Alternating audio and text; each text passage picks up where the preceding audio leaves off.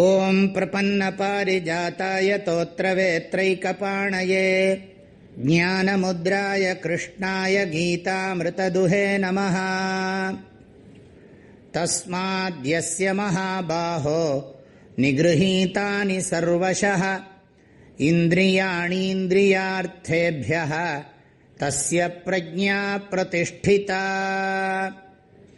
பகவான் ஸ்ரீகிருஷ்ணர் ஸ்தித பிரஜ்ஞன் ஆகிறதுக்கான உபாயத்தை வழிமுறையை பூர்த்தி பண்ணுகிறார். இந்த ஸ்லோகத்தில் மறுபடியும் ஸ்தித பிரஜ்ஞனுடைய லட்சணத்தை சொல்ல போகிறார். அடுத்த ஸ்லோகத்தில் இருந்து இந்த ஸ்லோகத்தில் சொல்லக்கூடிய விஷயத்தினுடைய அர்த்தத்தை சொல்கிறேன்.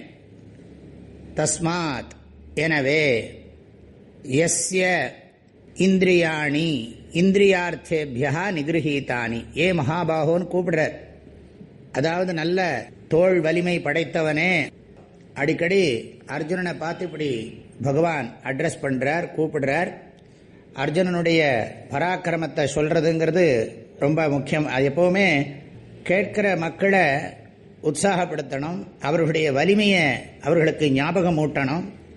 அந்த அர்த்தத்தில் தான் அடிக்கடி பகவான் அர்ஜுனனை உனக்கு நிறைய சக்தி இருக்குது அப்படிங்கிறத ஞாபகம் ஊட்டுறார். நீ ஒன்றுத்துக்கு லாய்க்கு இல்லாதவன்னு யாரையுமே சொல்லக்கூடாது. மாணவனை ரொம்ப உற்சாகப்படுத்தணும். அதுக்காக தான் பகவான் சொல்கிறார், ஹே மகாபாஹோ, ஓ புஜபல பராக்கிரமம் உள்ளவனே அர்ஜுனா, தஸ்மாத் எனவே, யஸ்ய இந்திரியாணி இந்திரியார்த்தேபியா நிகிருஹீதானி, யஸ்யனா யாருடைய, இந்திரியாணி இந்திரியங்கள், அதாவது ஐம்பொறிகள், மெய்வாய் கண்மூக்கு செவி எனப்படுகின்ற ஐம்பொறிகள், இந்திரியார்த்தேபியா இந்திரிய விஷயங்களிலிருந்து, சப்தஸ்பர்ஷ ரூபரசகந்தம்னு சொல்லக்கூடிய சுவை ஒளி ஊறு ஓசை நாற்றம், இவற்றிலிருந்து நிகிருஹீதானி நன்றாக கட்டுப்படுத்தப்பட்டிருக்கின்றனவோன்னு அர்த்தம்.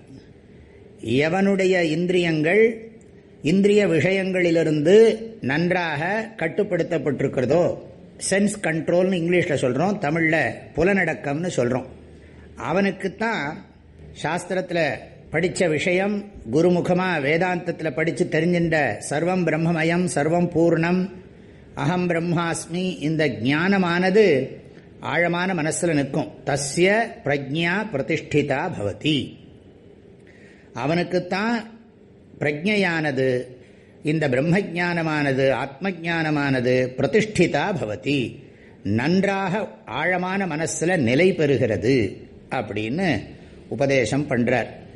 ஆக 58வது ஸ்லோகத்திலிருந்து 68வது ஸ்லோகம் வரைக்கும் 11 ஸ்லோகங்களில் பகவான் இந்திரிய நிகிரகம்னு சொல்லப்படுகிற புலனடக்கம், மனோ நிகிரகம்னு சொல்லக்கூடிய எண்ணங்களில் கட்டுப்பாடு மன அடக்கம், அப்புறம் நிதித்தியாசனம்னு சொல்லப்படுகிற ஆத்ம தியானம், இவைகள் ஞானம் பலமாவதற்கான வழிமுறைகள் உபாயங்கள் என்பதை உபதேசம் பண்ணியிருக்கார்.